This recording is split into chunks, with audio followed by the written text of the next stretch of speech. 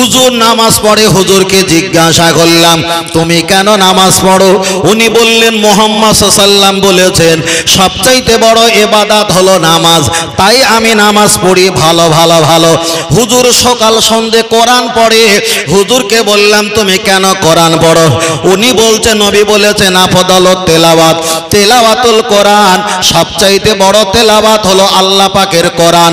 তাহলে নবী বলেছেন বড় তেলাওয়াত হলো কোরআন, তাহলে হুজুর কোরআন পড়ে। নবী বলেছেন বড় ইবাদত নামাজ, হুজুর নামাজ পড়ে। কিন্তু নামাজ পড়লো বড় ইবাদত, বড় তেলাওয়াত কোরআন পড়লো, কিন্তু মোনাজাতের শেষে বেরহমাতিকা পড়লো, মুহাম্মাদুর রাসূলুল্লাহ কলেমা পড়লো না। তাহলে যে নবী বলেছে বড় ইবাদত তুমি পালন করো, যে নবী বলেছে বড় তেলাওয়াত কোরআন তুমি সেটা পাঠ করো, সেই নবী বলেছে বড় জিকির হলো আফদালুজ জিকির, জিকির লা ইলাহা ইল্লাল্লাহ মুহাম্মাদুর রাসূলুল্লাহ।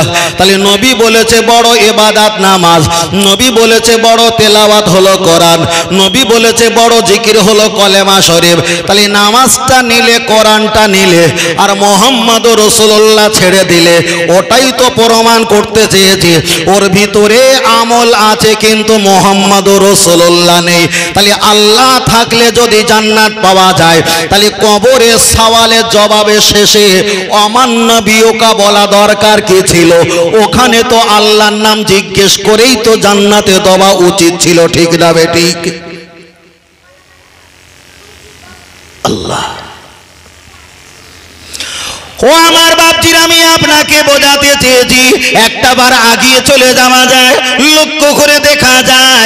আপনি বলবেন হুজুর কলেমা শরীফ যদি না পড়ি কি নামাজ হবে না? আমি বলবো অবশ্যই নামাজ হবে, হবে। তাহলে বেরহমাতিকা 30টা বছর তুমি পড়লে, কলেমা শরীফ কেন পড়লে না? এটাই আমার সবচাইতে বড় কষ্ট। চলেন একটা বার আগিয়ে যাওয়া যাক। আমি আপনার কাছে বোঝাতে চেয়েছি আমরা যদি নামাজের ওয়াজ করি, শ্রোতা বলবে কত ভালো হুজুর, যাকাতের ওয়াজ করলে বলবে কত সুন্দর ওয়াজ, ফিতরার ওয়াজ করলে বলবে কত ভালো ওয়াজ, পর্দার ওয়াজ করলে বলবে কত ভালো ওয়াজ, নামাজের কথা বললে কত ভালো ওয়াজ, কোরআন তেলাওয়াতের কথা বলে কত সুন্দর নসিহত। আর যেই বলবো মুহাম্মাদুর রাসূলুল্লাহ মানতে হবে, তখনও বলবে আমি তো ওটাই তো মানতে পারবো না।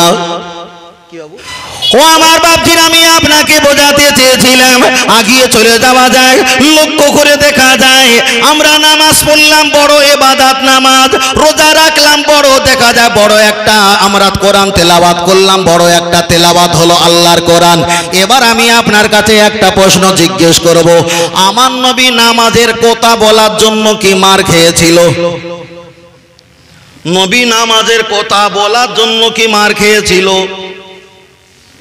আমাদের হুজুররা ওয়াজ করে আর বলে এই নামাজের জন্য কতই নবী আমার মার খেয়েছে, মিথ্যা কথা। তবে কোন কোন হাদিস শরীফে এসেছে 99% মার খায়নি, 1% মার খেয়েছে। নবী যখন নামাজ পড়তেন পোচা উঠে ভুঁড়ির নাড়ি ভুঁড়ি চাপিয়ে দিতেন, ওটাই ছিল সত্য। কিন্তু নবী জীবনে যাকাত দিতে বলেছে তার জন্য কেউ মারেনি, হজ করতে বলেছে তার জন্য কেউ মারেনি, ফিতরা দিতে বলেছে তার জন্য কেউ মারেনি, এমনকি কুরবানি দিতে বলেছে তার জন্য কেউ মারেনি, হজ করতে বলেছে এটা বলার জন্য নবীকে কেউ মারেনি, মারিনি। আর যেই বলেছে আনা আনা আমি মুহাম্মাদুর রাসূলুল্লাহ, আমি গোলাম আল্লাহর নবী, তখন মক্কা থেকে নবীকে মদিনায় তাড়িয়ে দিয়েছে। তাহলে আজকের নবী যদি নামাজ রোজা হজ যাকাত এই কথা বলার জন্য নবী যদি মার না খায়, মুহাম্মদ আমি নবী মুহাম্মদ এই কথা বলার জন্য মক্কার লোকেরা যখন নবীকে মদিনায় তাড়িয়ে দিয়েছিল, আমি এখানে নামাজের কথা বলবো আমার সমালোচনা হবে না, যাকাতের কথা বলবো সমালোচনা হবে না, ফিতরা কুরবানির কথা বলবো সমালোচনা হবে না। আর যেই নবী নিয়ে কথা বলবো চলে যাওয়ার পর বলবো হুজুর হলো ফিতনা বাজ মার্কা হুজুর। তাহলে 1400 বছর আগে যেমন মানুষ জালিয়াত ছিল, 1400 বছর পরে 2024 সালে তেমনও কিছু তার বংশধর আজই পর্যন্ত আছে। চলেন আমি আপনার কাছে আর একটা কথা জিজ্ঞাসা করি, কোন সুদখোর যদি মারা যায় তার জানাজা পড়া যাবে না? যাবে না। কোন সুদখোর যদি মারা যায়, হানাফি মাযহাবের মাসলা হলো, আমার আওয়াজটা অনেক দূর যাচ্ছে তারাও শুনছে, হানাফি মাযহাবের মাসলা হলো সুদখোর মারা গেলে তার জানাজা পড়া জায়েজ, বেনামাজি মারা গেলে তার জানাজা পড়া জায়েজ। যদি কোনো হজ না করে কোনো ব্যক্তি যদি মারা যায় তার জানাজা পড়া জায়েজ। কোনো ব্যক্তি যদি জমি ভক্ষণ করতে গিয়ে মারা যায় জানাজা পড়া জায়েজ। কতল করতে গিয়ে যদি মার্ডার হয়ে যায় তার জানাজা পড়া জায়েজ। বেরোজগার যদি মারা যায় জানাজা পড়া জায়েজ। ব্যভিচারী করতে গিয়ে যদি মারা যায় জানাজা পড়া জায়েজ। আমি বলিনি, পৃথিবীর লক্ষ লক্ষ ফেকার উসুলে ফতোয়া এসেছে, কিন্তু আল্লাহর কোরআন জানিয়ে দিয়েছেন ওয়ালা তুসাল্লি আলা আহাদিম মিনহুম মাতা আবাদা। ও মুহাম্মদ সাল্লাল্লাহু, এত কোন মানুষের জানাজা পড়া জায়েজ, কিন্তু তোমার যারা শত্রু তারা আমার শত্রু। ওই মুনাফিক ব্যক্তি যদি মারা যায় তাদের জানাজা পড়া হারাম বলে আমি প্রমাণ করে দিলাম। আল্লাহর নবীকে পরে আবার কোরআনের ব্যাখ্যা দিয়ে বললেন ওয়ালা তাকুম আলা কবরিহি, তোমার যারা অপমান করে, তোমাকে যারা সরিয়ে দিতে চায়, ওদের কবরের কাছে দাঁড়ানো তোমার পক্ষে হারাম। আল্লাহর কোরআন ৩য় নম্বরে বললেন ইস্তাগফির লাহুম আও লা তাস্তাগফির লাহুম, এমনকি তাদের কবরের কাছে দাঁড়িয়ে দোয়া করা হারাম। আল্লাহর কোরআন ৪র্থ নম্বরে বললেন ইন তাস্তাগফির লাহুম ৭০ মাররাতান, তাদের জন্য যদি ৭০ বার ইয়া রাব্বি ইয়া দাইহি, তুমি যদি হাত তুলে দোয়া করো, আমি আল্লাহ একটাও দোয়া কবুল করব না। তাহলে বেনামাজির জন্য দোয়া করা জায়েজ, সুদখোরের জন্য দোয়া করা জায়েজ, মার্ডারকারীর জন্য দোয়া করা জায়েজ, বেরোজগারের জন্য দোয়া করা জায়েজ। কিন্তু যারা নবীর সঙ্গে শত্রুতা করে তারাই হলো মুনাফিক। তাদের কবরের কাছে যাওয়া, কবরের ধারে দাঁড়ানো, জানাজা পড়া, তাদের জন্য দোয়া দরুদ পড়া, তাদের জন্য হাত তুলে দোয়া করা, সব কোটা আমার আল্লাহ হারাম করে দিয়েছে। তাহলে বেনামাজি, সুদখোর, হত্যাকারী, মার্ডারকারী, বেরোজগার, এদের চাইতে যারা মুনাফিক নামীয় মুসলমান তারাই হলো বড় খাতারনাক। আর হযরত ওমরকে যারা মার্ডার করেছিল, হত্যা করেছিল, কোনো বেঈমান কাফের করলো না, আমাদের মতো লেবাসধারী মুনাফিক মার্কাই হত্যা করেছিল। আল্লাহর নবী আর আম্মা জান আয়েশা সিদ্দিকাকে বলেছিলেন, আয়েশা সিদ্দিকা একজনের সঙ্গে ধর্ষণ করেছে। নবী কাঁদে, আম্মা জান আয়েশা সিদ্দিকা কাঁদে। 15 দিন দুইজনা আলাদা হয়েছিল। আর মুনাফিকরা নবীর স্ত্রীর নামে অপবাদ দিয়ে আম্মা জানের সঙ্গে, রাসূলের সঙ্গে 15 দিন সম্পর্ক বিচ্ছিন্ন করে দিয়েছিল।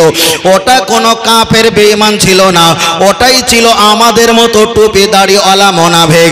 আজকেরই আপনি চিনতে পারবেন যারা নামাজের কথা বলল, যারা কোরআনের পড়া কথা বলল, মুহাম্মদুর রাসূলুল্লাহ নামাজের ভিতরে করতে দিতে চায় না, তাহলে সেই মুনাফিক আর এই মুনাফিক পার্থক্য আছে বলে কি মনে হয়?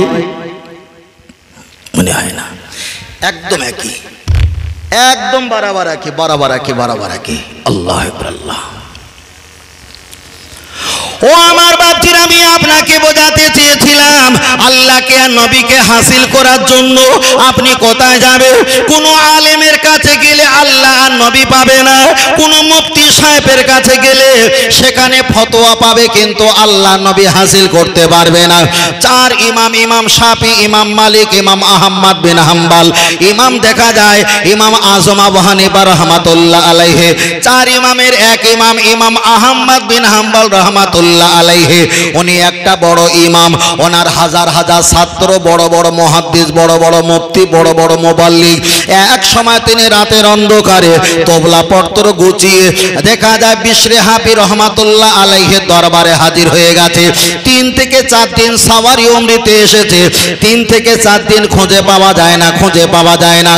ও বাপজিরা, আমি আপনাকে বোঝাতে চেয়েছি বিশরে হাফির দরবারে 4 দিনের মাথায় যখন চলে গেছেন, হাজার হাজার ছাত্ররা দেখা যায় ইমাম আহমদ বিন হাম্বলকে জড়িয়ে ধরে বললেন, ও আমাদের শায়েখ, ও আমাদের ইমাম, আপনাকে 4 দিন খুঁজে পাই না।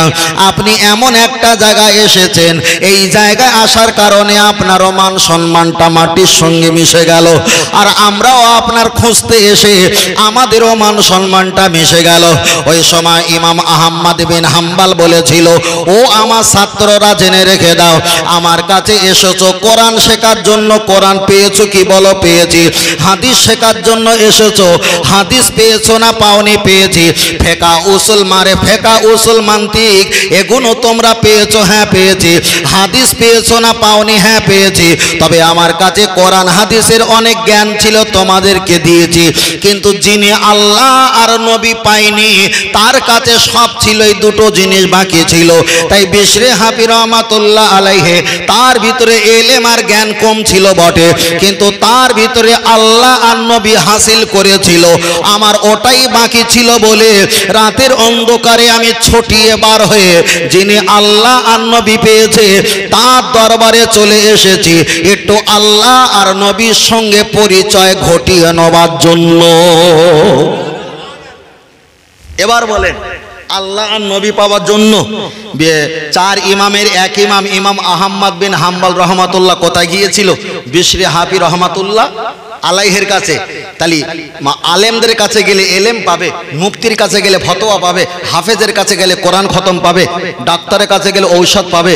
কিন্তু যিনি আল্লাহ আর নবী হাসিল করেছে তাদের কাছে গেলে আল্লাহ আর নবী সহজে পেয়ে যাবে। জোরে বলেন সুবহানাল্লাহ। আমার কথা কি বুঝতে পারছেন? একটু পিছন দিকে খেয়াল করেন, আমার কথাটা ভিন্ন রূপে হচ্ছে তো ভালো করে একটু চেষ্টা করবেন, বুঝতে না পারলে একটু কষ্ট করে বোঝেন, তাতে সম্পর্কটা তৈরি হবে। এবার আমি আপনাকে জিজ্ঞাসা করি, আমরা নামাজ পড়লাম আলহামদুলিল্লাহ ভালো, এশার নামাজ আপনারা অনেকে পড়েছেন, একটা বার আওয়াজ দিয়ে বলবেন নামাজ পড়তে গেলে কোরআন লাগে না হাদিস লাগে? একটু আওয়াজ দিয়ে বলো। কোরআন লাগে। আমি যদি একটু ঘুরিয়ে বলি তাহলে আমি তো হয়ে যাব বেকার আলেম, আমার কোনো জ্ঞান নেই।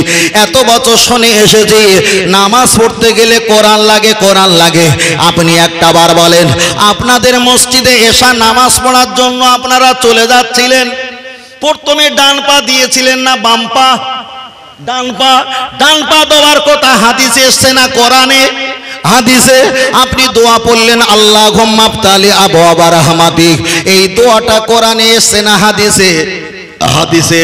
আপনি মসজিদে উঠে ইলা শাহামাতি উদুনাইহি, আপনি কানের পার্শ্বদেশ পর্যন্ত কিংবা কানের লতি পর্যন্ত আপনি তাকবীর দেওয়ার জন্য তাহারিমার জন্য হাত তুলেছেন, এর ব্যাখ্যা এসেছে হাদিস, কোরআন নয় হাদিস। আপনি নাভির নিচে হাত বাঁধবেন না নাভির উপরে, এর ব্যাখ্যাটা কোরআনে আসেনি, এটা এসেছে হাদিস। আপনি নিয়াত করবেন নাওয়াইতু আন উসাল্লিয়া লিল্লাহি তাআলা আরবা রাকাআতাই সালাতে ঈশা ফরদুল্লাহি তাআলা মুতাওয়াজ্জান ইলা জাহাতিল কাবাতে শরীফাতে আল্লাহু আকবার। নিয়াতের কথা কোরআনে আসেনি, ইন্নামাল আমালু বিন্নিয়াত, ওটাই তো বুখারীতে এসেছে। আপনি নিয়াত করার পর দোয়া সানা পাঠ করলেন, দোয়া সানাটা কোরআন নয়, ওটা হলো হাদিস। আপনি দোয়া সানা পর্যন্ত নামাজে চলে এসেছেন, তাহলে এতক্ষণ কোরআন চলছিল না হাদিস চলছিল? আচ্ছা এতক্ষণ যদি এগুলো বাদ দেয় নামাজ হবে? হবে না। আপনি এবার দোয়া সানা পাঠ করলেন, দোয়া সানা পাঠ করার পর কি বলবেন? আউযু বিল্লাহি মিনাশ শাইতানির রাজিম। কোরআন শরীফের নরমাল দাম হচ্ছে 600 টাকা, 848টা পৃষ্ঠার 30টা পারা, 6666টা আয়াত, 114টা সূরা। খোদার কসম আউযু বিল্লাহি মিনাশ শাইতানির রাজিম কোরআনে লেখা নেই, ওটা তো হাদিস। এবার আপনি বিসমিল্লাহির রহমানির রহিম বলবেন, 114টা সূরা, তার ভিতরে 114টা বিসমিল্লাহির রহমানির রহিম পূর্ণাঙ্গ দোয়া আছে। সূরা তাওবার ভিতরে 3-4 লাইনের ভিতরে ওটা দোয়া আছে।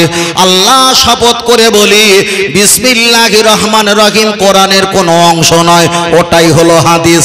তারপরে এসে সূরাতুল মাক্কি, ওটা মক্কায় নাজিল হয়েছে বলে সূরাতুল মাক্কি বলা হয়। সূরাতুল মাদানী, ওটা মদিনায় নাজিল হয়েছে বলে সূরাতুল মাদানী বলা হয়। এই এতক্ষণ পর্যন্ত আমরা নামাজের ভিতরে আছি, এখনো পর্যন্ত কোরআন খুঁজে পেলাম না। তাহলে যারাই বলে কোরআন ছাড়া নামাজ হবে না, তারা কতটা এক চোখে আমি পরে আপনাকে বোঝাচ্ছি।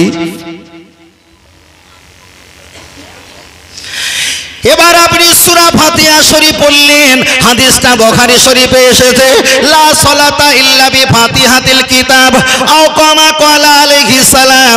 আল্লাহর নবী বলেছেন সূরা ফাতিহা ছাড়া নামাজ হবে না, তবে ওটা একা একা পড়তে গেলে আপনাকে সূরা ফাতিহা পড়তে হবে, ইমামের পিছনে সূরা ফাতিহা পড়ার কোনো প্রয়োজন হবে না। তাহলে সূরা ফাতিহা হলো আল্লাহর কোরআন, আপনি অন্য একটা সূরা পাঠ করলেন, এটা হলো আল্লাহর কোরআন। আল্লাহু আকবার বলে হাঁটুতে হাত দিয়ে রুকু করলেন, এটা হলো হাদিস। রুকুতে গিয়ে সুবহান রাব্বিয়াল আযীম বললেন, এটা হলো হাদিস। সামি আল্লাহু লিমান হামিদা, এটা কোরআন নয়, এটা হলো হাদিস। রব্বানা লাকাল হাম, এটা কোরআন নয়, এটা হলো হাদিস। আল্লাহু আকবার বলে সেজদায় গেলেন, এটা হাদিস, কোরআন নয়। সুবহান রাব্বিয়াল আলা বললেন, এটা কোরআন নয়, এটা হাদিস। আপনি বসে বসে দুই সেজদার মাঝখানে দোয়া পড়লেন, এই দোয়াটা কোরআন নয়, এটা হলো হাদিস। আপনি আত্তাহিয়াতু পড়লেন, এটা কোরআন নয়, এটা হলো হাদিস। আপনি দুরূদ শরীফ পাঠ করলেন, এটা কোরআন নয়, এটা হলো হাদিস। আপনি দোয়া মাসুরা পড়লেন, এটা কোরআন নয়, এটা হলো হাদিস। আপনি সালাম দিলেন, আসসালামু আলাইকুম ওয়া রাহমাতুল্লাহ, আর পহলে সালাম উনকে বাদ কালাম আলবাদি। আল্লাহর নবী হাদিস শরীফে বলেছেন, আসসালামু ক্বাবলাল কালাম, তোমরা সালাম দাও। আপনি ডান দিকে সালাম ফিরিয়েছেন, ওটা হলো হাদিস। আপনি আল্লাহুম্মা আমিন বলেছেন, ওটা কোরআন নয়, ওটা হলো হাদিস। আপনি মোনাজাতের ভিতরে দোয়া করার পর যখন মোনাজাতটা শেষ করছিলেন, বিরহমাতিকা ইয়া আরহামার রাহিমিন কিংবা লা ইলাহা ইল্লাল্লাহ মুহাম্মাদুর রাসূলুল্লাহ পূর্ণাঙ্গ কলেমা কোরআন নেই, এতটা এসেছে। ওয়াকাফা বিল্লাহি শাহিদা মুহাম্মাদুর রাসূলুল্লাহ ওয়াল্লাযিনা মাআহু আশিদ্দা, এতটা কোরআনে এসেছে, কিন্তু পূর্ণাঙ্গ কলেমা কোরআন নয়, ওটা হলো হাদিস। তাহলে হিসাব করে দেখা যায় নামাজের ভিতরে কোরআনের পার্সেন্ট হলো 2% আর হাদিসের পার্সেন্ট হলো 8%। তাহলে নবীর পার্সেন্ট যদি 8 হয় আর কোরআনের পার্সেন্ট যদি 2 হয়, তাহলে নামাজ কোরআন দিয়ে হয় না হাদিস দিয়ে হয়? এই চিন্তা এবার বাড়ি গিয়ে করো। শুধু ভণ্ড কটা মৌলী সাহেব নামাজ করে চিল্লায়, কথা বোঝেন না? কিন্তু সেই নামাজে কোরআনের অপেক্ষায় হাদিসের সংখ্যা বেশি না কম? বেশি তো। তাহলে আল্লাহকে মেনেছে, আর যারাই বলে আর কাউকে মানবো না, তেমন তাদের যেমন পূর্ণাঙ্গ ইমানদার বলা যাবে না। আর কেউ যদি আল্লাহকে মানে, মুহাম্মদ সাল্লাল্লাহু আলাইহি ওয়াসাল্লামকে জানে কিন্তু মানতে চায় না, ওরা হলো পাক্কা মুনাফিক। মুনাফিকের জন্য কোরআন বলেছে, ওয়ালা তুসাল্লি আলা আহাদিম মিনহুম মাতা আবাদা, জানাজা পড়া চলবে না, কবরের কাছে দাঁড়ানো চলবে না, দোয়া করা চলবে না, তার জন্য দোয়া দরুদ করাও চলবে না। কথাটা বোঝাতে পেরেছি? তাহলে সুদখোর বেনামাজি মারা গেলে জানাজা হবে, কিন্তু নবীকে সরিয়ে রাখার কারণে ওই হারামখোর ব্যক্তি জানাজা পড়া চলবে। কি অসুবিধা হচ্ছে নাকি? অসুবিধা হবে কি? চলেন। ও আমার বাপজিরা, আমি আপনাকে বোঝাতে চেয়েছি, তাহলে নামাজ পড়তে গেলে প্রথমে হাদিস পড়তে হয়, লাস্টেও হাদিস পড়তে হয়।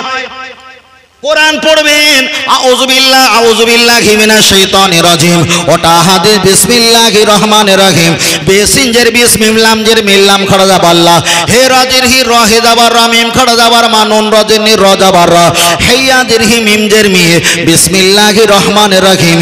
আল্লাহ के नाम से शुरू करता हो जो बड़ा मेहरबान निहात रहम वाला है। তাহলে আপনি যখন এটা পড়বেন ওটা হলো হাদিস। এবার আপনি কোরআন পড়লেন, ওটা হলো আল্লাহর কোরআনের আয়াত। শত শেষে আমাদের হুজুররা বলে থাকে, সাদাকাল্লাহুল আলিউল আযীম, মহান আল্লাহ যা বলে সত্য বলে, ওটা হাদিস। অসাদাকার রাসূলুন নবিয়ুল কারীম, নবী যা বলে সত্য বলে, ওটাও হাদিস। তাহলে কোরআন পড়তে গেলে আগে হাদিস পড়তে হয়, কোরআনের শেষেও হাদিস পড়তে হয়। এক কথায় পৃথিবীর যেখানে যাবে আমার নবী, আমার আল্লাহ যেমন কুল কায়নাতের মালিক, আমার নবীও কুল কায়নাতের নবী। আরেকটু জোরে হবে না? আরেকটু জোরে হবে না? তাহলে এখানে বোঝাতে চেয়েছি, তুমি শুধু আল্লাহর প্রশংসা করছো বাবা, কিন্তু সেই আল্লাহ কিয়ামতের দিন আমার নবীর কত সম্মান দেবে। অলাল আখিরাতু খায়রুল লাকা মিনাল উলা। মুহাম্মদ সাল্লাল্লাহু আলাইহি ওয়াসাল্লাম দুনিয়াতে কষ্ট দিলাম, এখানে তোমার কষ্ট দেব না, তবে এত পরিমাণ খুশি তোমাকে করব যা তুমি কল্পনার বাইরে ছিলে। আল্লাহ।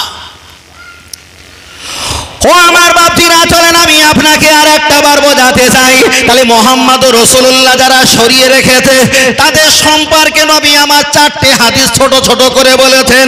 মান আসানি, কেউ যদি আমাকে সরিয়ে দেয়, আমাকে যদি সরিয়ে দেয়, ভুলে দেয়, ফাকাদ আসাল্লাহ, আমার আল্লাহ পাক তাকে হটিয়ে দেবে, সরিয়ে দেবে। ওয়ালা ইয়ানজুরু ইলাইহিম, আমার আল্লাহ ওই ব্যক্তির প্রতি রহমতের নজরে তাকাবে না। নবীকে সরিয়ে দিলে আমার আল্লাহ তোমাকেও সরিয়ে দেবে। নবী আমার পরে বললেন মান আতানি, যদি আমাকে ইত্তেবা করো, ফাকাদ আতাল্লাহ, ওই ইত্তেবা আমার হকে না, ওই ইত্তেবা মহান আল্লাহ পাকের হয়ে যায়। জোরে বলেন সুবহানাল্লাহ।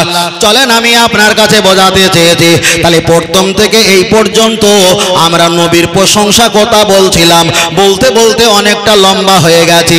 এবার আর একটা প্রশ্ন আমি আপনাকে করব দাদু ভাই, আগে নবী এসেছে না আগে নামাজ এসেছে? আগে কোরআন এসেছে না আগে নবী এসেছে? আগে নবী এসেছে তারপরে এসেছে কোরআন, আগে নবী এসেছে তারপরে এসেছে নামাজ। এবার আমি আপনার কাছে বোঝাতে চেয়েছি, কেউ যদি বলে নামাজ আর কোরআন যদি তোমরা না পাকড়াও তোমরা জীবনে জান্নাত পাবে না, না পাকড়ানোর জন্য বড় ক্ষতি হবে এটা স্বীকার করি, কিন্তু জীবনে জান্নাত পাবে না এটা বললে তখন আর সহ্য করতে পারি না। নবী দুনিয়াতে এসেছে আর সিদরাতুল মুনতাহা আরশে আজিমে গেছে, তারপরে তো আমার আল্লাহ নবীর কাছে নামাজ দিয়েছে, কিন্তু এর মাঝখানে যারা মুরব্বীরা নবীর হাতে হাত দিয়ে কলেমা পড়ে ঈমান এনেছিল তারা তো মৃত্যু হয়ে গেছে, তারা তো নামাজ চোখে দেখিনি, তারা কোরআন জীবনেও চোখে দেখিনি, তারা তো নামাজ পায়নি, কোরআন পায়নি, পেয়েছে কাকে? নবীকে। আপনি বলেন তারা জান্নাতি না জাহান্নামী? জান্নাতি। এ সমাজের হুজুরের দিকে তাকাও, এরা কোরআন পেয়েছে, কিন্তু কোরআন পেয়েছে, নামাজ পেয়েছে, নবীকে ছেড়েছে, এরা জাহান্নামী। আর ওনারা কোরআন পায়নি, নামাজ পায়নি, নবীকে পেয়েছে, ওরা হলো জান্নাতি। তাহলে জান্নাতের মালিক হলো আল্লাহ আর জান্নাত বন্টনকারী হলো আমার আপনার নবী রাসূলুল্লাহ। জোরে বলেন সুবহানাল্লাহ। তাহলে কেউ যদি বলে কোরআন আর নামাজ আমাদের জান্নাত দেবে, না না, গিরিশচন্দ্র তিনি তো কোরআনের জেদ জবর লাগিয়েছে। হিন্দু, খ্রিস্টান, জৈন, পারাসি, শিখ, ইসাই, গুজরাটি, মারাঠি, কোচবিহারি, বিহারি, বাঙালি, লক্ষ লক্ষ মানুষ তারাও কোরআন পড়ে। অনেক ব্যক্তি করোনা ভাইরাসে চীনার মানুষেরা তারাও ভয়েতে নামাজ পড়েছিল। তাহলে নামাজ পড়লে, কোরআন পড়লে জান্নাত নয়, ওটাই হলো আমল, আর মুহাম্মদুর রাসূলুল্লাহ হলো ঈমান। এখানে আঙুল ঢোকালে কিন্তু বরবাদ হয়ে যাবে। তো এমন কৌশল করে এক জায়গায় নিয়ে যাব, এখানে কোনো মাথা ঢোকানো জায়গা নেই, আর সেরকম ফাঁক রাখবো না, কোনো জায়গা নেই, মাথা ঢোকালেই বিপদ। আল্লাহ। ও আমার বাপজিরা, চলেন আমি আপনার কাছে বোঝাতে চাই, নবী আদম আলাইহিস সালাম 350 বছর ফুরফুরা শরীফে মোসাদ্দে জামান দাদা পীর রহমাতুল্লাহ আলাইহি, ওনার প্রধানত খলিফা আল্লামা রুহুল আমিন রহমাতুল্লাহ আলাইহি একটা কিতাব লিখেছেন, কিতাবটার নাম হলো মিলাদে মুস্তাফা। ওই কিতাবে বলেছেন 360 বছর, তাহলে 350 কিংবা 360 বছর ধরে নবী আদম আলাইহিস সালাম দুটো দোয়া বেশিরভাগ পড়েছিলেন, দুটো দোয়া।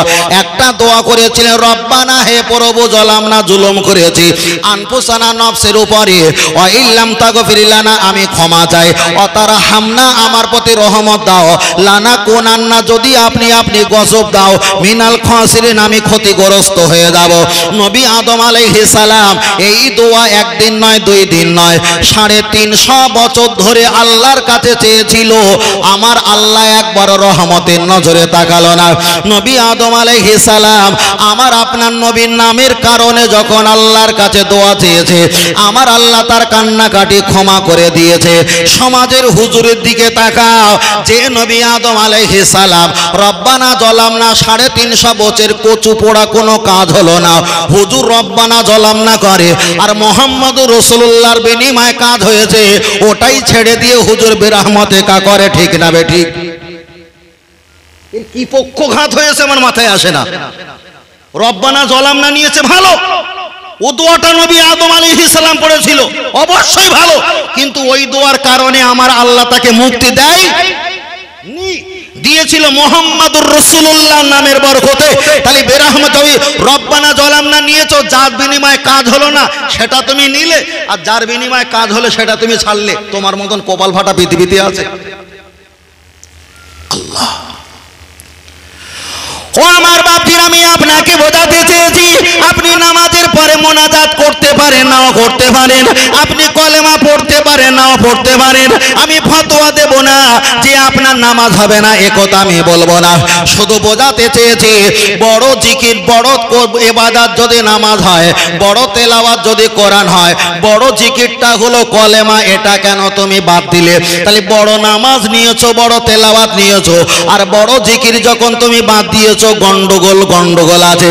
নবী মুসা আলাইহিস সালাম ওনার উম্মত আবুল হারেসা তাওরাত শরীফ যখন কিতাব পড়া শুরু করলেন, নবী মুসার নামটা অল্প আসে, আমার নবীর নামটা বারংবার আসে। আবুল হারেসা যখন নবীর নামটা নিয়ে একটু যখন অপমান করলো, ছেড়ে দিল, ডিলিট করে দিল, আমার আল্লাহ তাকে গোসাপ বানিয়ে দিয়েছে। তাহলে এখানে প্রমাণ হয়ে গেল, একজন নবী তার উম্মত নবীর কোলে বসে তাওরাত পড়ছিল, তানার নবীর মহব্বত করছিল, আর আমার নবীর নামটাকে অপমান করতে চাইছিল। আমার আল্লাহ তাকে গোসাপ বানিয়ে দিয়েছে। সমাজের দিকে তাকাও, মাথায় টুপি দাও না কেন? বলবে তুমি মাথায় টুপি দাও, হুজুর ফতোয়া দেবে তুমি একটা নামাজি মানুষকে সালাম দেবে, সালামকে শিখিয়েছে নবী। মাথায় টুপি দাও, হুজুর বলবে টুপি পরিয়েছে কে? নবী। পাগড়ি পরাও, পাগড়ি শিখিয়েছে কে? নবী। হজ করো, হজ শিখিয়েছে কে? নবী। যাকাত দাও, যাকাত শিখিয়েছে কে? নবী। তুমি ইবাদত করো, ইবাদত শিখিয়েছে কে? নবী। তুমি আল্লাহর ইবাদত গুজারি করবে শিখিয়েছে কে? নবী। বিয়ে করো শিখিয়েছে কে? নবী। তুমি তাহার ইমামত সেজদা করো শিখিয়েছে কে? নবী। সব কোটা নবী শিখিয়েছে, সব কোটা মাথায় তুলে নিয়েছে। আর সেই নবী বলেছেন, আফদালু জিক্রি লা ইলাহা ইল্লাল্লাহ মুহাম্মাদুর রাসূলুল্লাহ। হুজুর নবীর সব কথা মাথায় নিয়েছে, আর বড় জিকির কলেমা ওটাই হুজুর বাদ দিয়েছে। ঠিক না বে ঠিক?